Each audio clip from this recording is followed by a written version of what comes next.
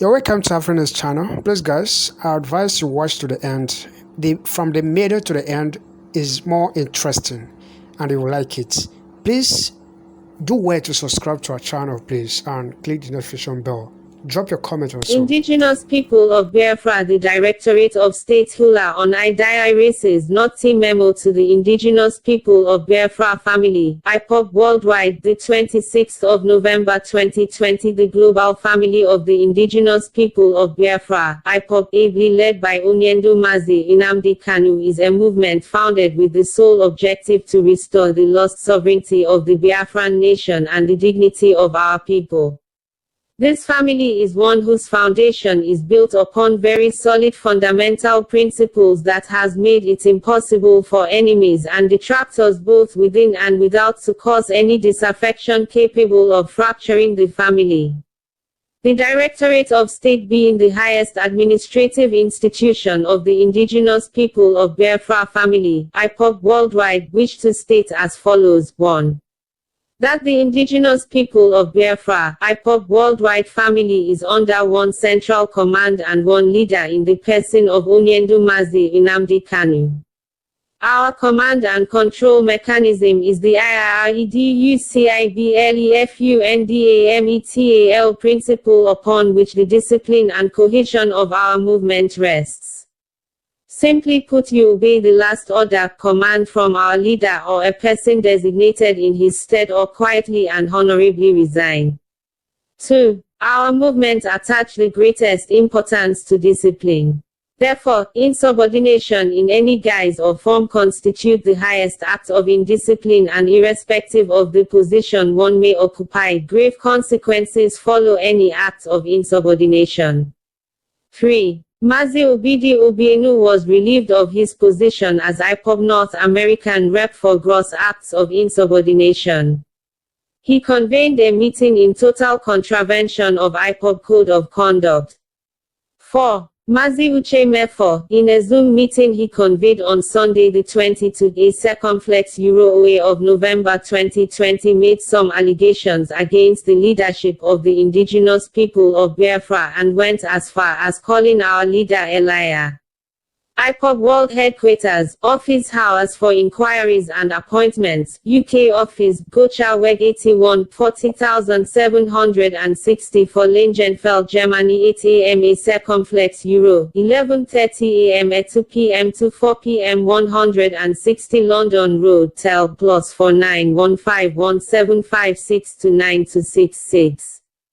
+49 21732608917 Monday, Friday. Back in IG 11 BBB, number 49 21732608921 United Kingdom. Fax +49 21732608919 UK telephone +04 7005964106 Email World Headquarters at ipob.org Website www.radiobiafra.co www.ipob.org Indigenous People of Biafra.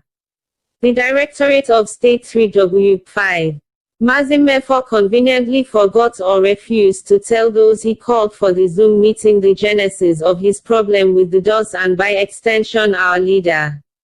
6. Mazi Mefor was instructed by our leader to be attending his unit meetings in London and pay his monthly dues as everyone else does, but no, he disobeyed this simple instruction from his leader with the excuse that he as the deputy leader will neither attend unit meetings or pay monthly dues because he is entitled to same privilege accruing to Mazi Nnamdi Kanu as the leader of Ipob worldwide. 7. When he Mefor suspended the UK National Coordinator, which he had no right to without prior authorization from our leader, and wanted the hardworking of Idai races not Sa to be expelled from Ipob, which our leader rejected. Instead, our leader asked Mazi Mefor to allow the National Coordinator carry on with his duties after serving the suspension given to him by Mazi Mefor. 8. In I races, not arrogant disregard and disobedience to our leader's directive to allow the UK national do his work, Mazi Mefor vindictively wrote to the British home of I races, not Che, with the objective to ruin and nullify every asylum chance of Ipob asylum seekers in the UK. The same process used by himself and his PA Mazi Solomon Igbo to obtain UK residency he sought to deny other Biafrans. Mefor, a circumflex Euro-S letter to the UK government has made it almost impossible for Ipob family members in the UK to receive favourable hearing at the tribunals. Ipob, a circumflex Euro-S ethos of Be Your Brother, a circumflex Euro-S keeper was destroyed by Mazi Mefor's letter to the UK home of I races, not Che. 9. Because our leader refused to expel a very hard-working UK national coordinator, Mazi Mefor transferred his anger towards the leader of the indigenous people of. You've heard it all, but I want to chip in something. Perhaps before now, you never knew some of these things before, but I will still shock you more with a few other things here. Now, when people are so quick to point the fact that when Nnamdi Kanu, when our leader was in prison, that he played a major role. Of course, there's no doubt about that. But you should not forget that he's being paid, or he was being paid, and he should do his work very well. I knew also that he had the opportunity of betraying Ipob and all that. But then you have to also know that that position he was a very much coveted one. There are other people willing to even oust him out then and take up the position. For example, is Clifford Iroanya. Is one of the reasons why Chomofo had problems with those guys, which later sacked. Another reason why he had problem with them is that, when they arrested Nnamdi Kanu and put in prison, Uche hired this lawyer, barrister Obeta. He was his friend then, and there was this very rumor that there was a secret plan he had with nobody knew. He had with barrister Obeta. So, and people were not comfortable, especially the family members were not comfortable. I mean, the IP members were not comfortable. There was a secret plan he had with him. Nobody knew. So the wife, after a couple of days that the guy went to the court to represent our leader, he did not perform well. That was the directive that Nnamdi Kanu gave to the barrister, which he opted out not to do. So the wife of our leader now protested and cried so bitterly, which Nnamdi Kanu now applied in the courts, and he was granted the right to change his lawyer. That was when he now hired this guy. What's his name again now? Barrister Joffo, whom we know today as Ipob official lawyer. His of course his exploits in that very case actually threw him to the global limelight. So he's today recognized not just in Nigeria but across the globe. Now, that was that one. Till today, he never told anybody the secret plan he had with that guy. Now, he invoked the principle of command and control to sack those guys, to sack Imam Mezo, sack Clifford Iroanya, Omiomio, and a few other guys. Now, he did that. He took that action unilaterally.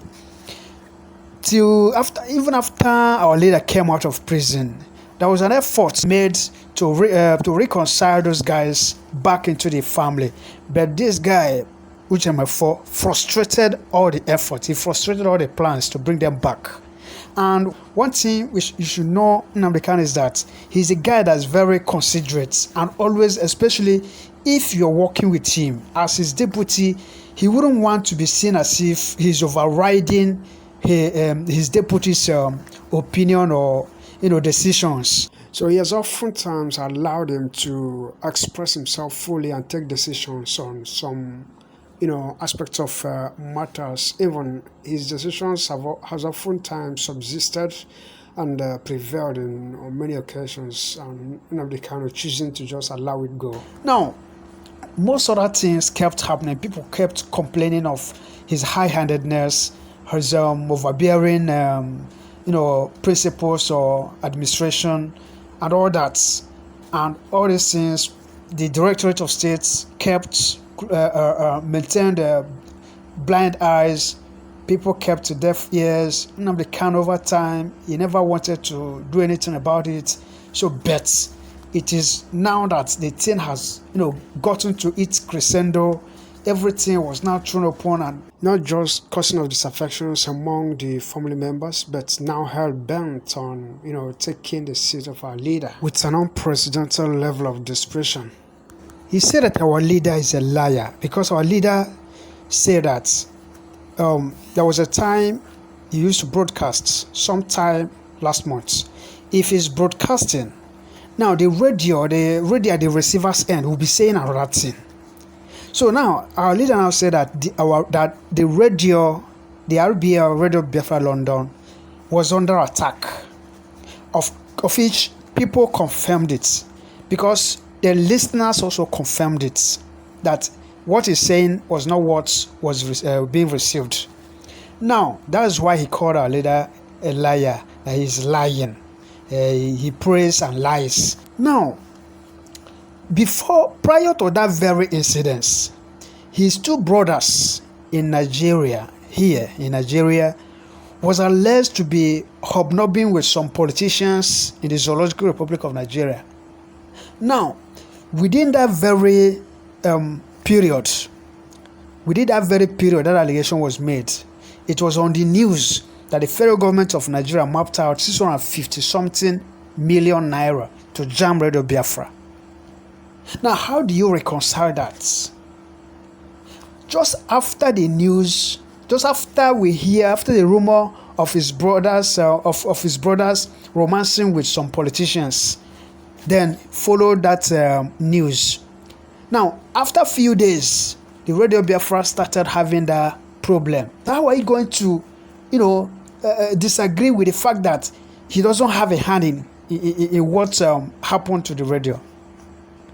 That is the thing. Now, and let me even shock you with this recent development now, with this his resignation. Joe Ibokwe in Lagos APC has already congratulated him, at least for his resignation from the IPOB member, or for resigning his position of deputy of IPOB. Thank you for heeding to the advice of your kinsmen. He should not allow IPOB e-rates to discourage him. That's what Joe Ibokwe sent to him. So it is now, you can now see that there is more to this very thing than we are just hearing from his mouth. Because since that time now that this thing happened, he never told us anything. He never told the general public anything. He's only, maligning the IPOB, calling our leader a liar. He hasn't said anything tangible. The day he made the video, he called a Zoom meeting. He only told people that he was denied access to Radio Biafra or to broadcasting, and he was not given he was denied access also to the password of the app and radio and all that. But you did not tell us all that transpired or what led to that. What did you do that made the leadership of the IPOB to, start denying? Because you have been working with him. Now, he made mention of Christianity or faith, whatever. Now, I believe that he has been working with this man for only God knows how long, since 2012 or 2014. And he himself on different occasions has even broadcasted and stood against some evil pastors. They don't speak up when they see corruptions, where they see injustices going on in Nigeria. He has spoken to, and that is what Nnamdi Kanu has always hammered on. He doesn't criticize Christianity. He doesn't criticize pastors. Of course, I don't know some pastors that are IPOB. I don't know some pastors that have even seen revelations or made some prophetic declarations about IPOB or the coming of Biafra. Are those ones not pastors? So what Nnamdi Kanu stands against is some pastors, especially the high-profile ones, some highly placed pastors that commands huge populations, that wouldn't speak up against injustice and against evils that are going on in the country. That is what he has always stood against, and that has been his stand. Now, I want to again. Some people will be quick to say, "Leave religious against the struggle, this and that." Now, you are agitating for you have a dream, you have an ideology. Now we are agitating for a country. Now, to Nnamdi Kanu, Biafra agitation is his own vision. And I say vision is the mental picture of your promising future. Now, if you don't give people the clear vision, holistically, a picture of what you're looking for, of what you're talking about, of a country that you want to get, people may not understand. The fact here is that Uche Mefor has already known the stand of Nnamdi Kanu when it comes to religion. And Nnamdi Kanu does not force his religion on anybody. Most of the principal officers, most of them don't belong to Judeo-Christian, whatever. Most of them are Christians. Most of them don't even attend anyone. And it doesn't mean they are not members of Ipob or principal officers. So it is that our people say when you want to kill a dog, you have to give it a name. Let me also tell you another one now. Now, Uche Mefor wants the foot soldiers guiding Biafra land back home to be reporting to him directly after reporting to Nnamdi Kanu. Now, you don't imagine Buratai in Nigeria. After reporting to Buhari, he will now go and report to Shibanjo. Instead of Buhari meeting with or Shibanjo meeting with Buhari and harmonize everything, and Buhari will now give him briefing on security and they harmonize everything. Nnamdi Kanu told him, let's be meeting every Tuesday. So we discuss on security situation, security matters, and the whole apparatus. Now, he never honored that meeting for one day. That is that one. That's why you can hear him say on video he doesn't understand anything about the so-called foot soldiers in Biafra land. In fact, the thing is that, the ego that he has to usurp the position of a leader is already disturbing him. Please, guys, I want you to subscribe to this very channel, please, and please click the notification bell for updates. Give me thumbs up and drop your comments. God will richly bless you.